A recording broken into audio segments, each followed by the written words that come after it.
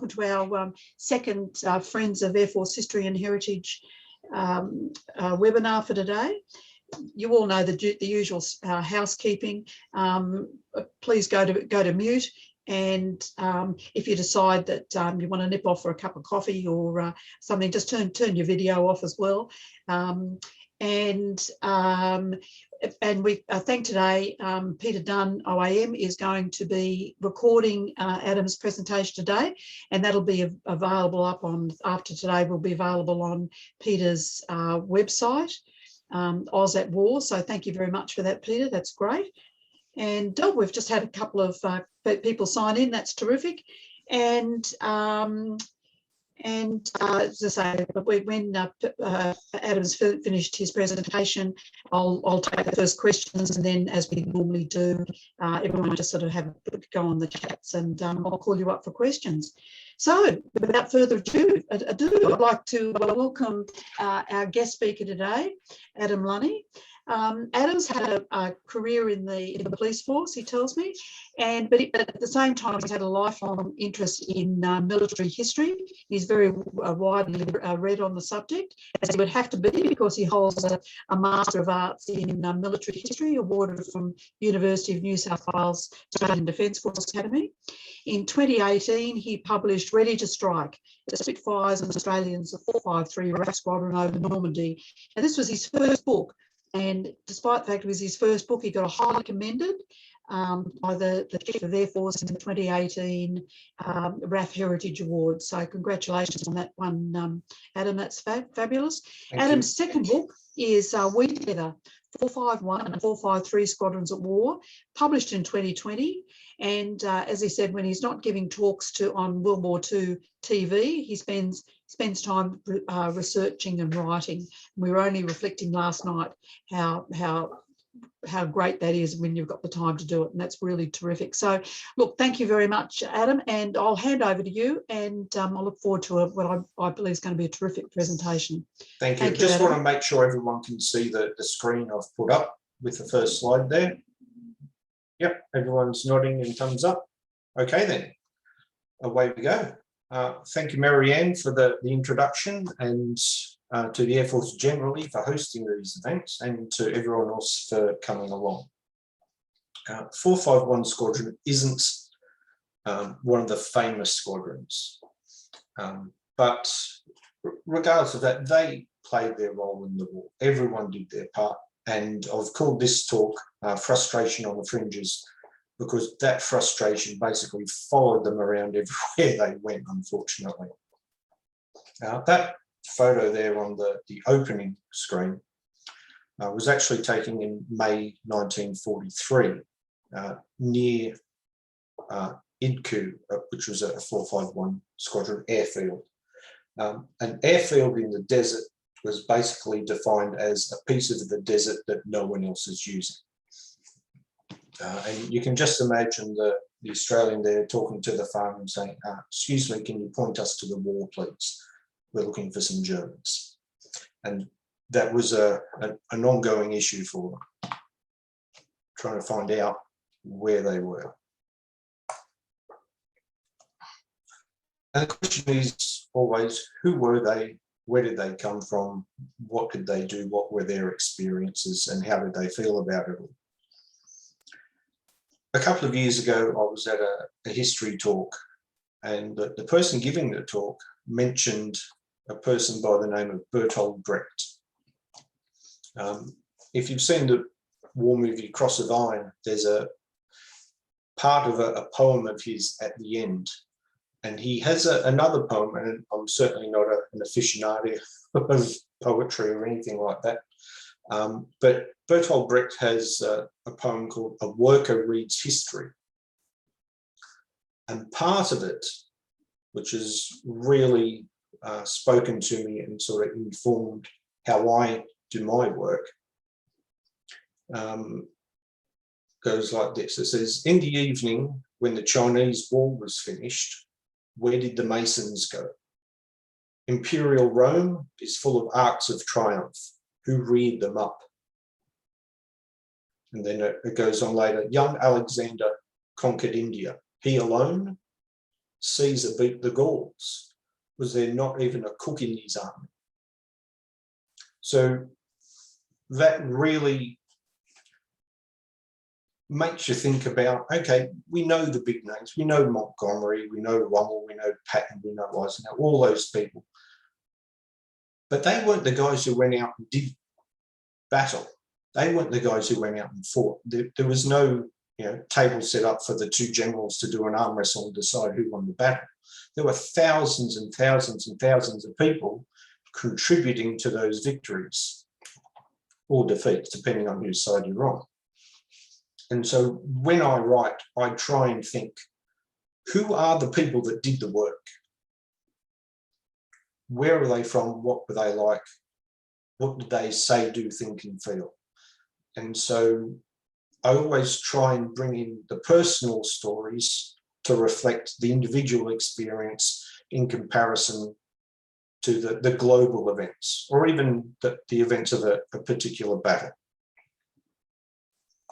And that picture there is a 451 Squadron ground crew with a hurricane in 1943.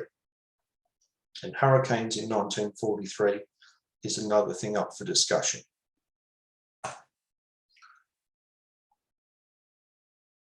These three fellows didn't serve in 451 Squadron. But the story of 451 isn't a story of jolly fellows and best mates all winning a war together. The story of 451 breaks that stereotype, or even a fairy tale, as some people would like to tell it. The order of their formation was 6th of February 1941, with their official formation date the 15th of February 41 at Bankstown.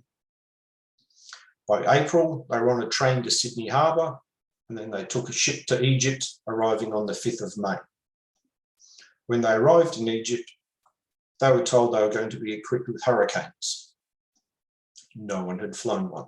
The ground crew had never worked on one. So they split off the pilots to learn how to fly hurricanes, and they split off the ground crew to learn how to work on hurricanes. So just as 453 Squadron were given buffaloes in the Pacific, 451 were given hurricanes in the desert. Now, the first squadron leader for 451 Squadron came from 3 Squadron, because they were ours, they were already in the desert, and a new squadron needs some initial leadership to show them what the local circumstances are, how things are going to be. There was a problem though. Australian Air Force policy at the time didn't want regular Air Force and the 400 series squadrons from the Empire Air Training Scheme to be mixed. So Tedder, who is the gentleman on the left there, was in charge of the Desert Air Force. He's in charge of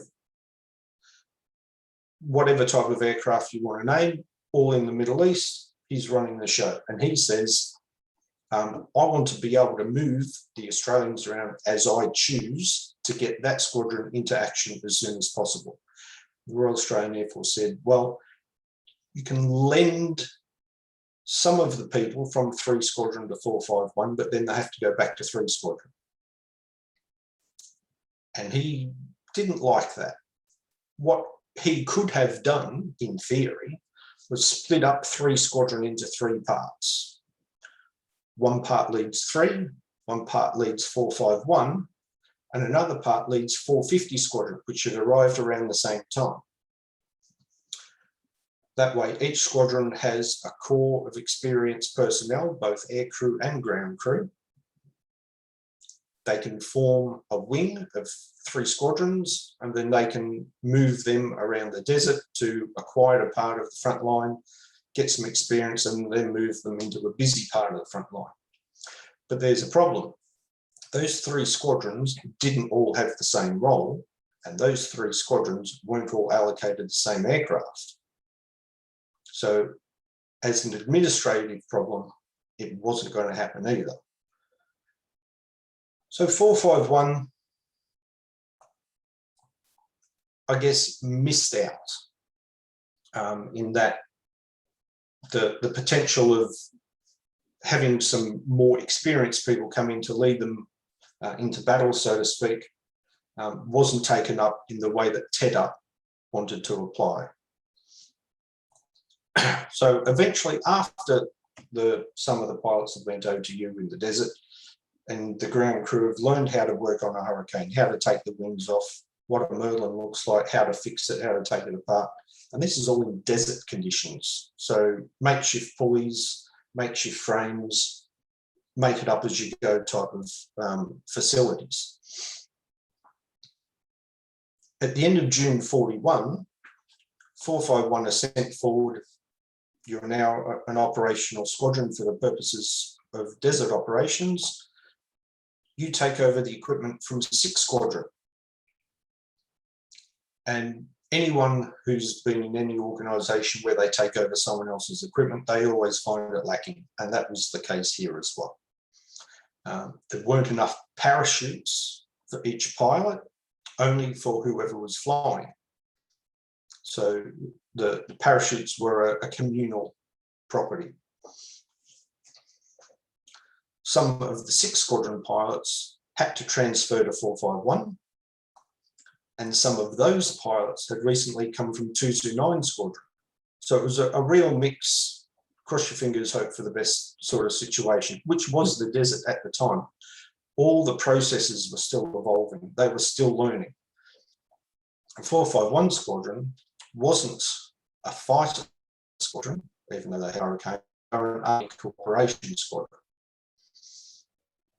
And the official handover was on the 1st of July. 451 Squadron was in the war.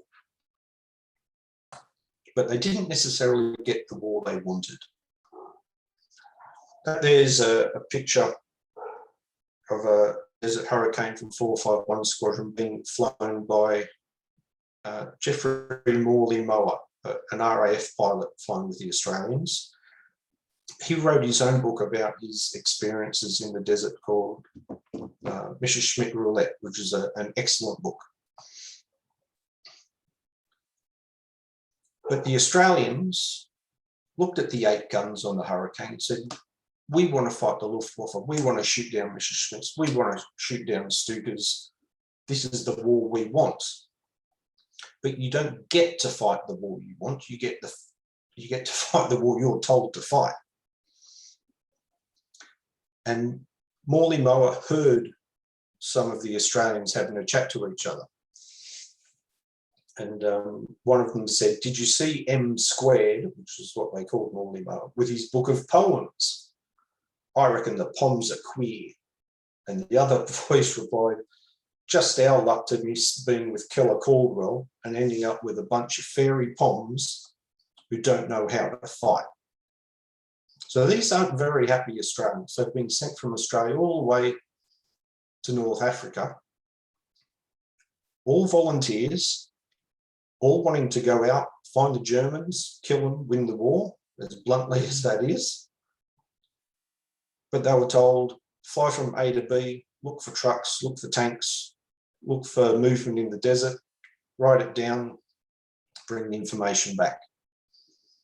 If you get shot at, well, if it's flak, keep going, take photos if you've got a photo reconnaissance version, and they had to make up some of their own Hurricane modifications with cameras. If Messerschmitt comes looking for you, hopefully the guy that you're with will warn you and you'll both be able to avoid them. That didn't always happen.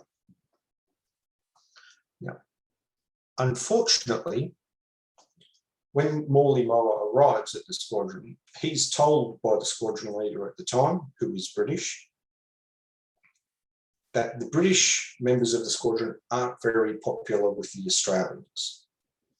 Now, already I've given you that example about the fairy poems quote. And he also heard another conversation between some Australians. And one said to the other, are you flying today? And the other said, nah, I'm going on sick parade with the Poms. Now that relates to 2 particular British pilots whose names don't appear in Morley Mower's book. He changed them, perhaps to protect the family's honour or something like that. But these two particular British pilots were bad for morale. They spread rumours about how everything the Germans had or did was superior. That, you know, if you go up there, you're a sitting duck. The Germans are better at this, the Germans are better at that. And funnily enough, neither of these two pilots want to fly very often, if at all. And on one occasion, one of them basically had to fly and very inconveniently crashed his plane on takeoff. A Morley mower drew his pistol and he said, "I'm going to shoot this fella." And he basically had to be held back. So that was the atmosphere of 451 Squadron. They weren't happy people. They weren't getting the war they wanted, and they certainly weren't getting along well with each other. Now, Operation Crusader was the first major event that the squadron was involved in. As I said, that their role was to go out, look for enemy movement, and to report it. Sometimes that would be landing back at the base, wherever that particular airfield was at that time, and hand over a written message from a scribble pad that was tied to their knee while they were flying along. Or sometimes they'd drop a message out the window to an army formation, basically say, time, date and place, this movement is near you, or something along those lines. And that Operation Crusader lasted from the 18th of November 41 to the 30th of December 41. For 451, it was a very mobile battle. They didn't always stay in the same place. So in the same way that the Allied Air Forces moved from the UK to Normandy and then within France to follow those battles around, the same thing happened in the desert. So this is the beginning, not literally, but the beginning of the evolution of this sort of tactical mobile warfare, where the Air Force follows the army around. They don't just sit in the one spot, fly out to their radius and then fly back. They move from place to place as and when the army requires.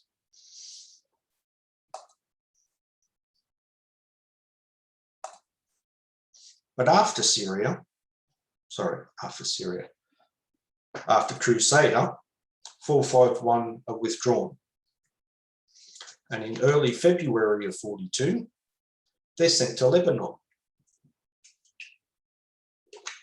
By this stage, the Allies have taken Syria and that area from the Vichy French and are controlling it. So 451 is sent over to Syria, and on the 1st of March, they're required to send a detachment to Cyprus. And they're still flying Mark I Hurricanes. And in November 1942, they're still flying Mark I Hurricanes. So part of their job in Syria and Cyprus, even though the Syrian detachment got moved from place to place every couple of months, was to try and intercept the high-flying Luftwaffe reconnaissance aircraft that would fly down the coast of what's now Israel, was Palestine at the time, head to the Suez or Alexandria area, take photos to see what shipping movements there are, and then head back. So if that plane doesn't make it back, those photos don't make it back, and the Germans don't get their reconnaissance. Unfortunately, a Mark I Hurricane wasn't good enough to get to the altitude these reconnaissance aircraft were flying. So only very rarely did the squadron ever get to fire their guns at these reconnaissance aircraft. They'd have to spot it for a start, and then try and gently climb up behind it, and then even as an extreme attempt, pull back on the stick until it was basically standing on its tail, let rip with your guns as best you can, assuming they haven't frozen up at that altitude, because they're flying at nearly 28, 30,000 feet, and maybe you'll hit them. It was really a waste of time using Hurricanes, certainly Mark 1s, for that purpose. And I'm not saying that because I'm a Spitfire snob, and I think every squadron should have had Spitfires, and that's the way the world should be. It's just that the Mark 1 Hurricane wasn't good enough for that job at that time. But how the RAF managed their aircraft, where they were sent, who and what got priority, is basically a whole book to be written. It's not really something you can cover in a couple of lines. But that's the equipment they had. They did the best with what they had, and it usually resulted in the Luftwaffe getting away. It wasn't until January 1943 that the squadron was sent back to North Africa. So the Battle of El Alamein has been fought and won. This is more than 2 years after the Battle of Britain has finished, and the squadron is still using planes that were used in the Battle of Britain.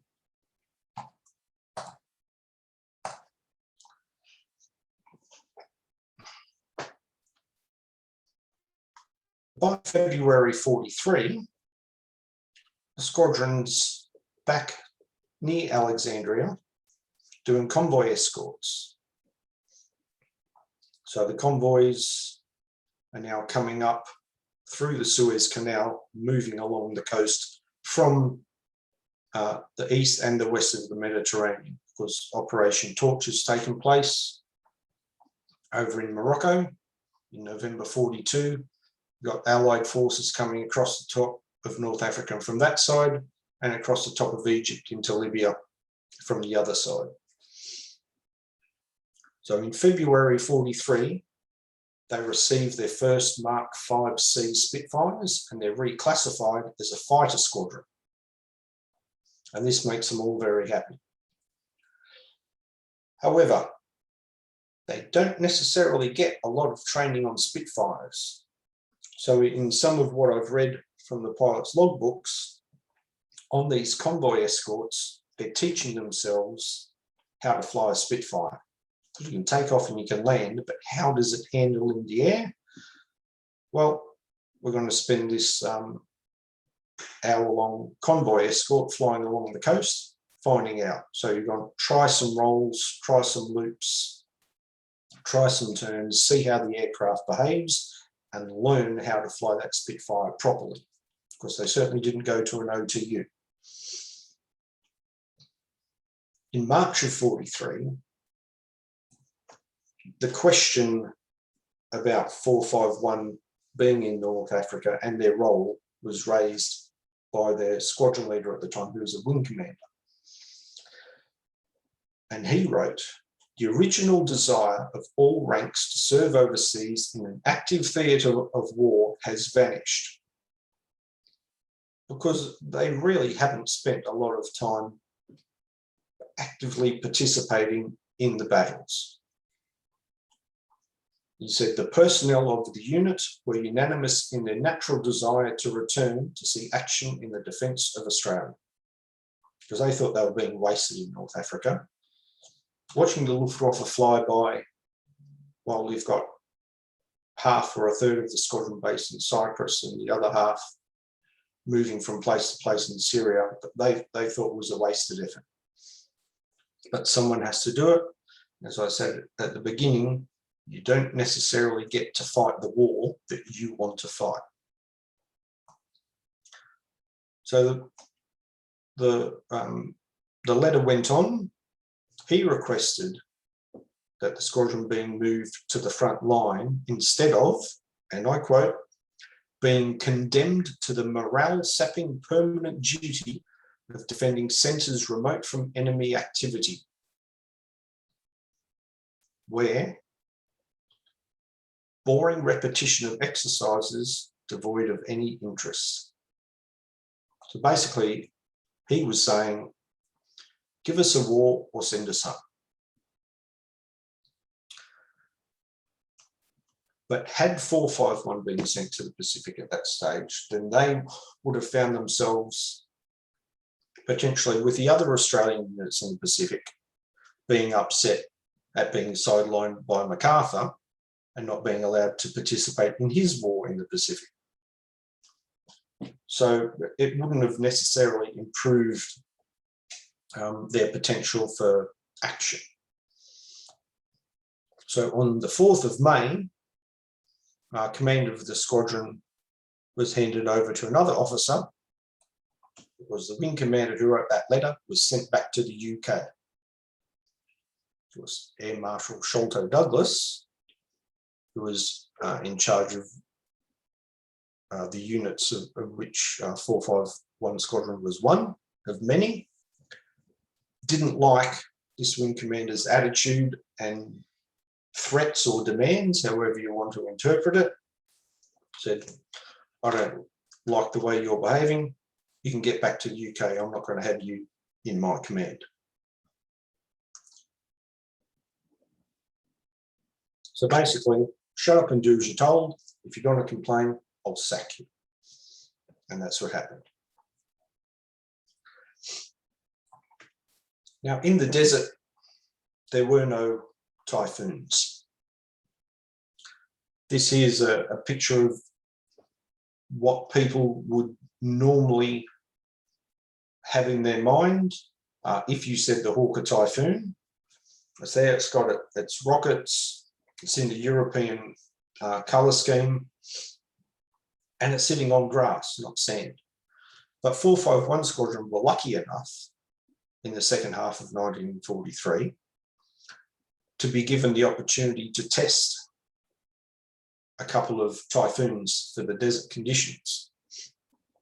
They submitted some of their reports in August.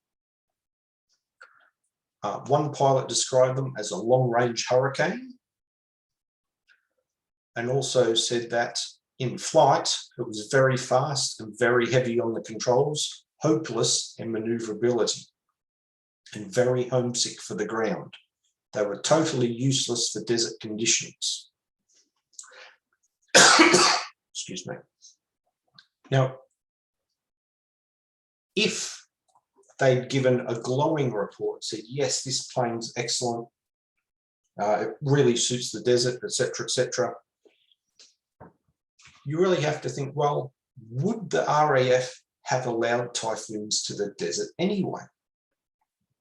If you think back to 451 still running Mark I hurricanes more than 2 years after the Battle of Britain, with the landings in Normandy less than a year away, would the RAF have given up any typhoons to go to North Africa or to Sicily or to Italy? I think probably not.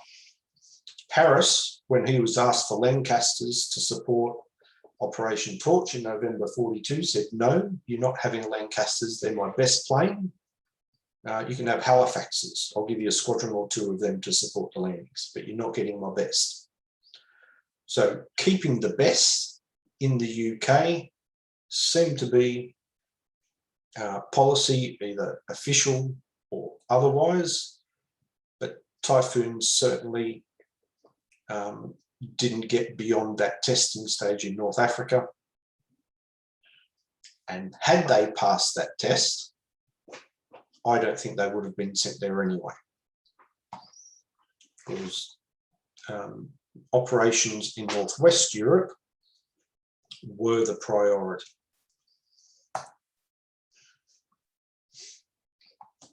So on the 30th of March 44,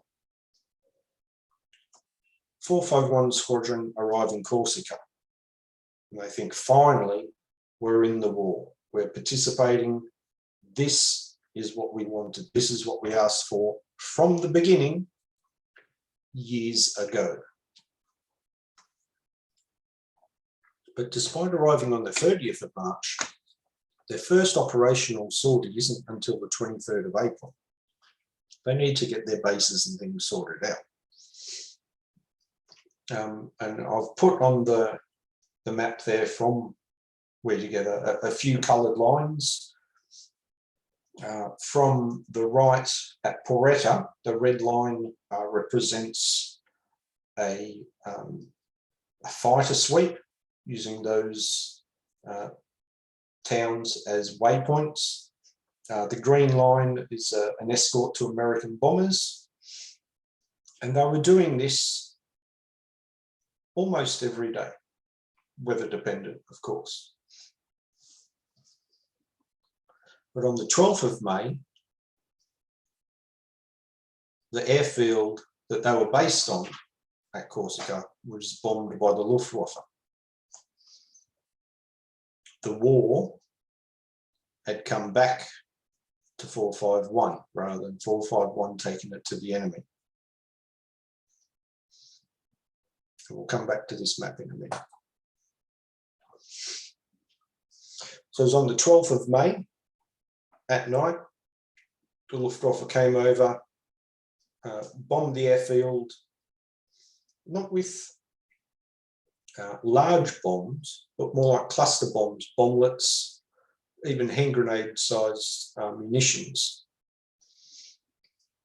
And 451 plus the RAF squadrons and United States Army Air Force squadrons based there suffered a number of casualties. The pilot there with the cigarette and the dog is Flight Lieutenant John Duncan Ward. Hurry is the squadron mascot there. And the picture underneath that is the funeral of John Ward on Corsica. He died from wounds, I think, the day after the raid.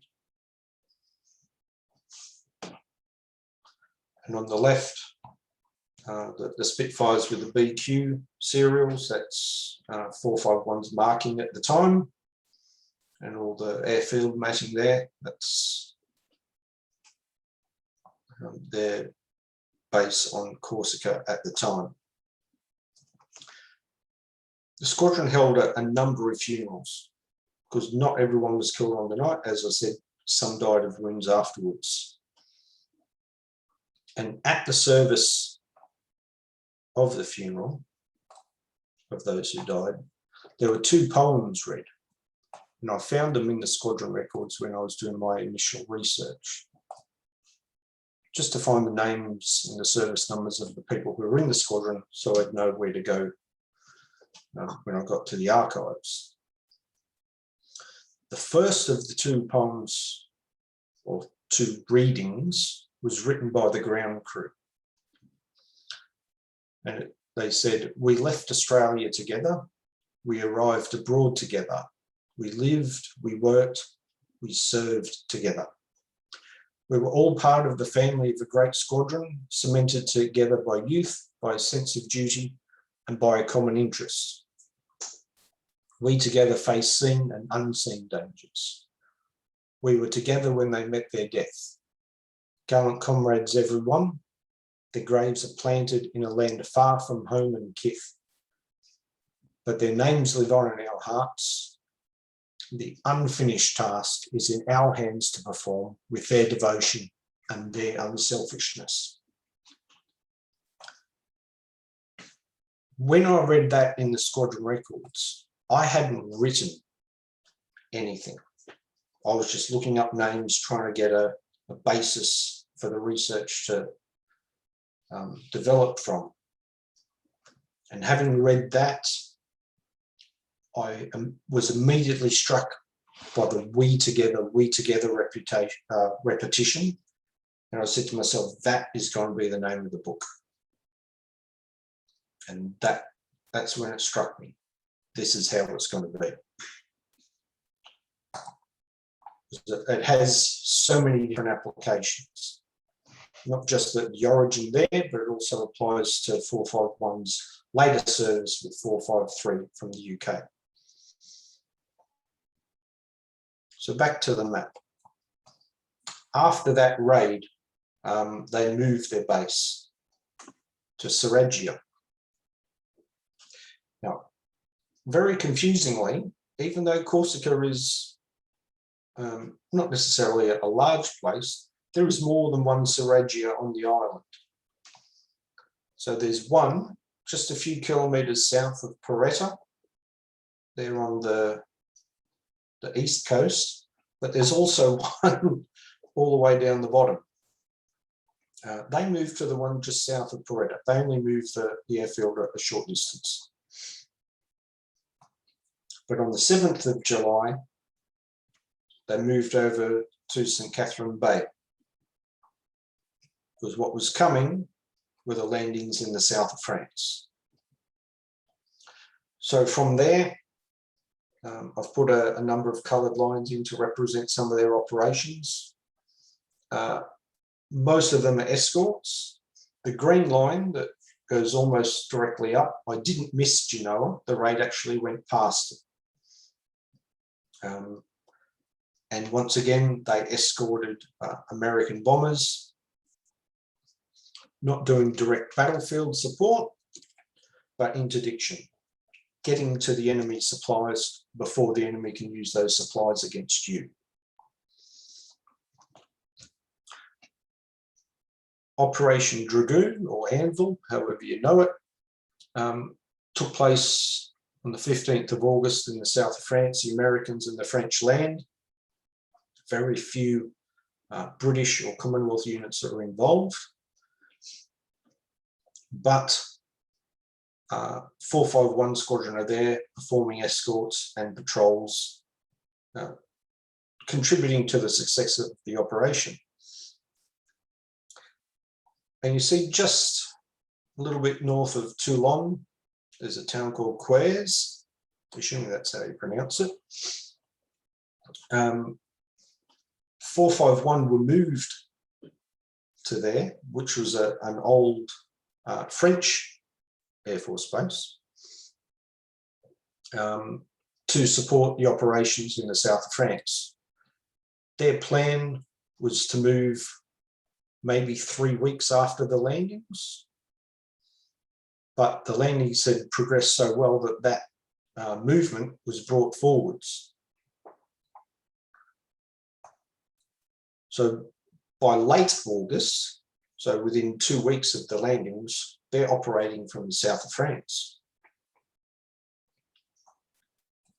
And their operations usually went up to the right towards the French-Italian border to interdict enemy movement along those roads and railway lines rather than perform direct battlefield support. But as I said, the operations in the south of France were mainly an American and French operation. So the 451 was eventually withdrawn, and on the 8th of October, they were told to move to Italy because they might be sent home to Australia.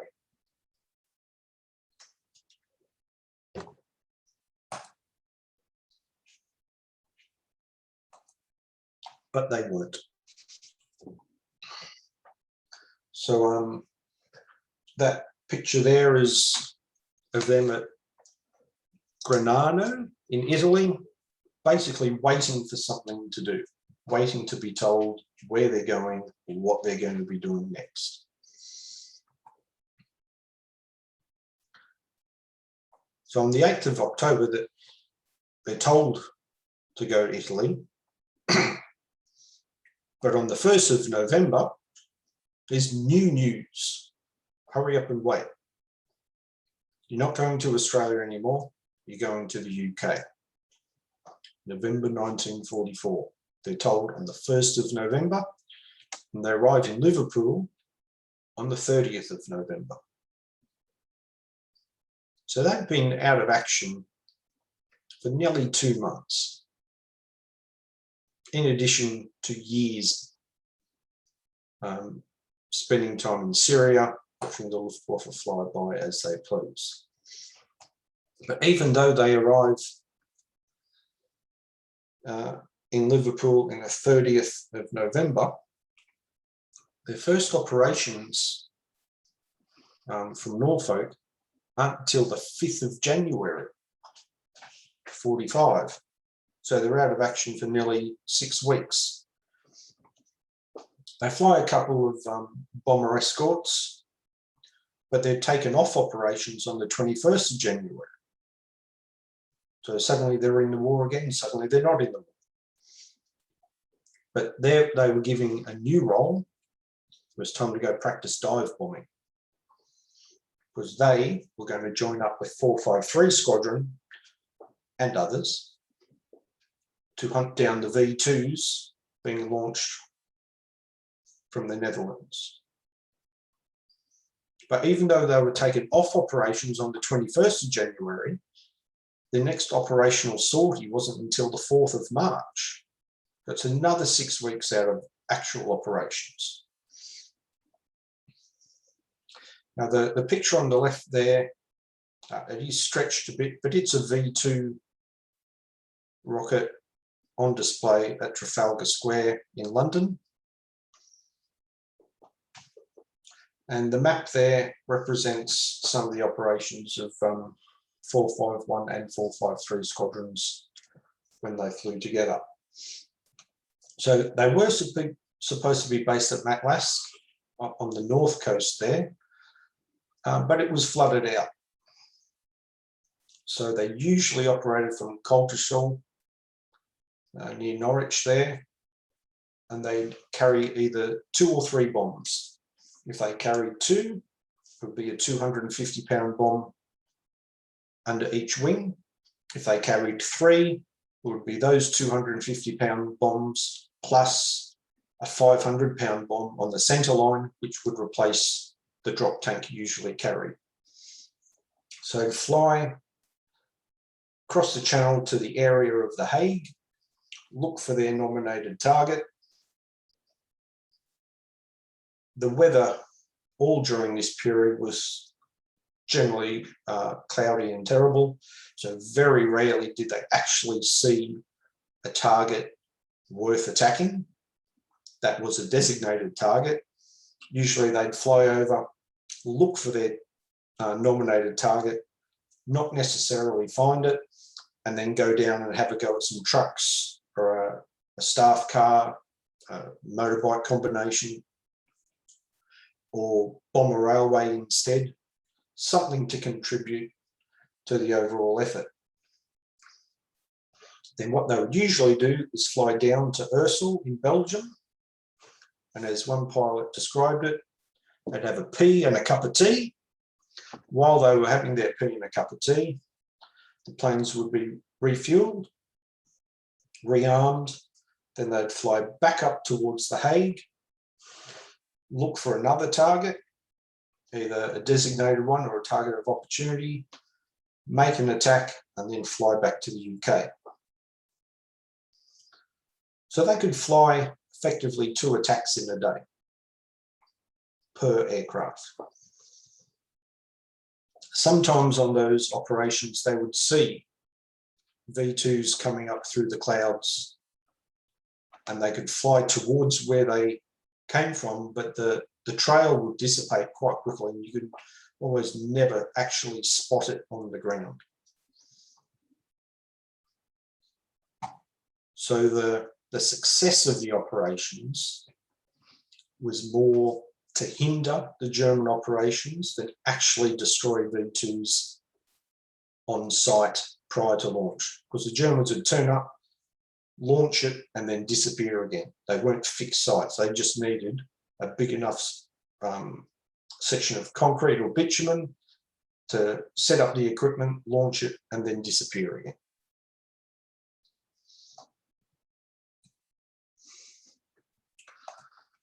Now, I was able to interview 3 pilots from 451 Squadron, in my research. That's a group photo from about May 45. The pilot on the left with a star and the dark blue uniform, that's Joe Barrington. I spoke to him a couple of times before he passed away in October 2018.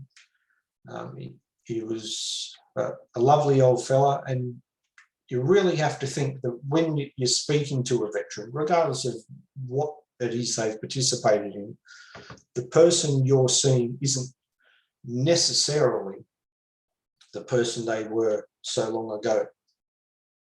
And if you'd seen him in the street, you'd just saw, oh, there's a little old man going about his business. But Joe participated in those raids, in dive bombing in Spitfires with bombs, travelling at 500, 600, 700 kilometres an hour in a 70-degree dive to drop bombs on a V2 site or a railway cutting or whatever the target of opportunity presented was. And he was such a kind and gentle fella, it was hard to imagine sometimes what he got up to.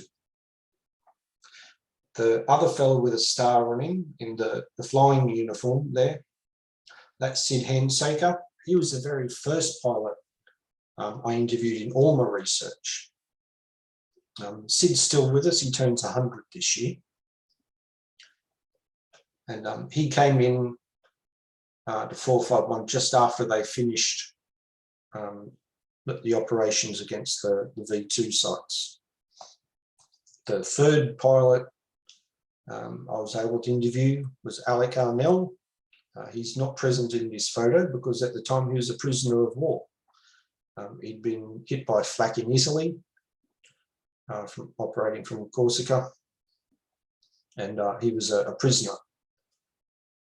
And I can say today in front of everyone that I'm very grateful to Martin Jackson for introducing me to Alec. Alec turns 101 this year.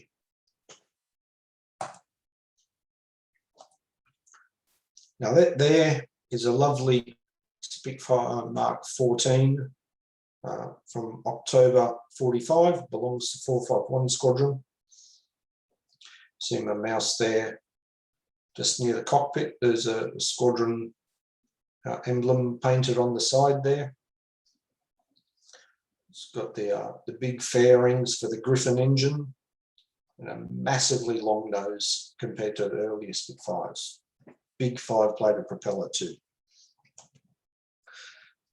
So when the war in Europe has finished, the Squadron with 453 are moved to Germany as part of the occupation forces. And they moved around between Fassberg and Gattau's, one of the airfields at Berlin. This photo was from Sid Handsaker, who donated it to me for my research. And if you have a look at the arc across the top of the hangar, you'll see all these look like tent-like structures, but that's basically camouflage, trying to conceal what the airfield is. And using this photo and some other footage from the War Memorial, I helped the designer of the cover of We Together. So if you've got the book and you have a look at the cover, you'll see those structures on top of the hangar that are the cover of the book. But the war in Europe's over, and Royal Australian Air Force headquarters in London go out to see the squadrons in Berlin, and they say, who wants to stay and remain as part of the occupation forces? And basically everyone says, I want to go home. Now, if you think about when 451 arrived in North Africa, that's in 1941. And this is the second half of 1945. Now, fair enough, pilots move through squadrons, they serve their tour, they get rested, they might come back for a second. But these guys have had enough. They've been away for so long, they would like to go home. The war is over. So there were not enough volunteers for an Australian occupation force in Berlin in the long term. So on the 21st of January 1946, 451 and 453 were disbanded. And you can think, well, would they have merged the squadrons, or what would they have done if there were enough people to form this occupation force? And then you have to remind yourself, these were the 400 series squadrons. They were from the Empire Air Training Scheme. They were formed for the war. The war was over. They did their job as best as they were allowed. And having given today's talk, I hope you had a strong awareness, or at least an inkling of the fight that 451 had to put up to participate in the fight. But the Empire Air Training Scheme squadrons weren't going to survive for long, as the Air Force downsized after the war. So it wasn't going to have a long history anyway. But at least now, I can say it's been documented for a broader audience. Thank you. Well, thank you, Adam. Look, I was sitting here just writing a few notes as you were saying some things, and I thought, if ever there was a story about being sort of stuffed around when you had competent, well-trained, eager air crew and ground crew, what a waste, eh? Look, just going back to the beginning of your presentation, I really liked the way you said that when you go to interview people, you want to reflect on those people who actually did the job. You know, now 451 wasn't one of the glamour squadrons or anything, but boy, they did their job, even with their frustrated, you know, flying hurricanes that they had to learn how to fly. The ground crew had to learn how to maintain them. Moved around all the time. No wonder they were unhappy.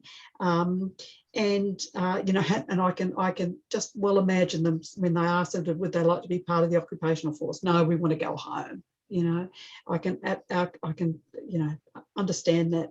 You know, and particularly I was thinking about the wing commander who was sent home after expressing his frustrations, you know, and I was going through my mind thinking, I wondered, did he survive his career? Did his career survive? But as you said, no, he was dismissed. So, and he was a British officer.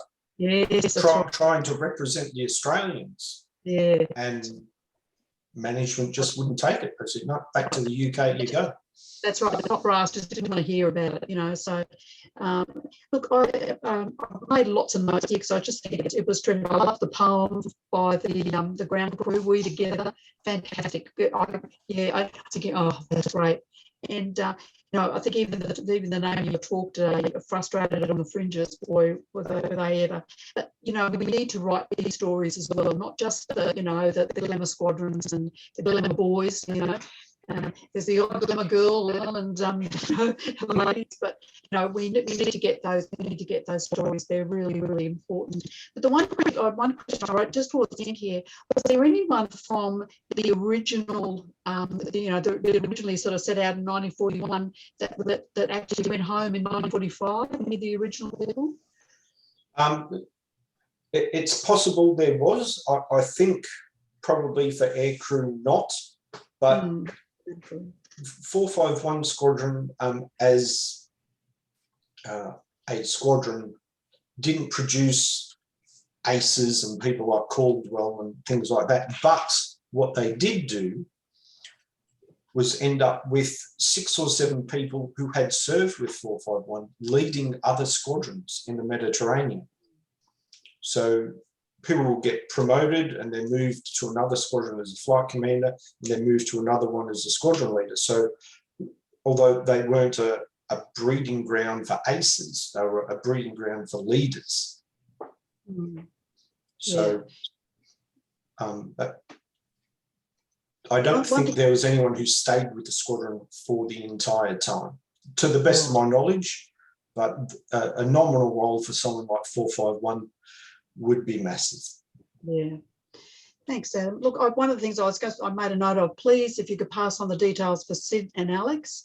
For 2021, they may already have Sid's name.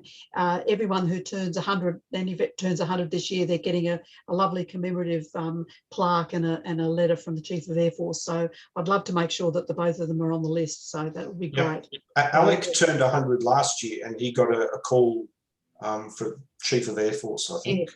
Yeah. So that they're aware of him, but I'll make sure that Sid, as much as he doesn't like to be the centre of attention, gets his due. Yeah, exactly. That's great. Anyway, folks, look, because there's so few of us, how about if anyone wants to ask a question, just put their hand up and ask away about them. Yes, Ellen. When a squadron is disbanded, what happens to the aircraft?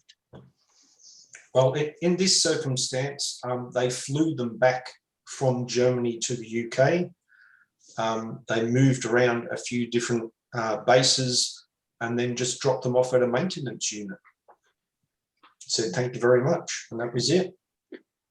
Then they had to wait their turn for a ship home. Peter, I think you had your hand up. Thank you, Adam. You had your hand up, Peter? No. Oh, sorry. Just been waving. Anybody else? Anyone got another question there of Adam? Yes, David.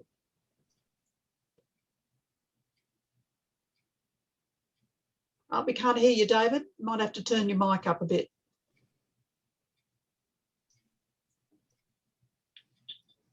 You're unmuted, but we can't hear you. Yes, we can't hear you, unfortunately.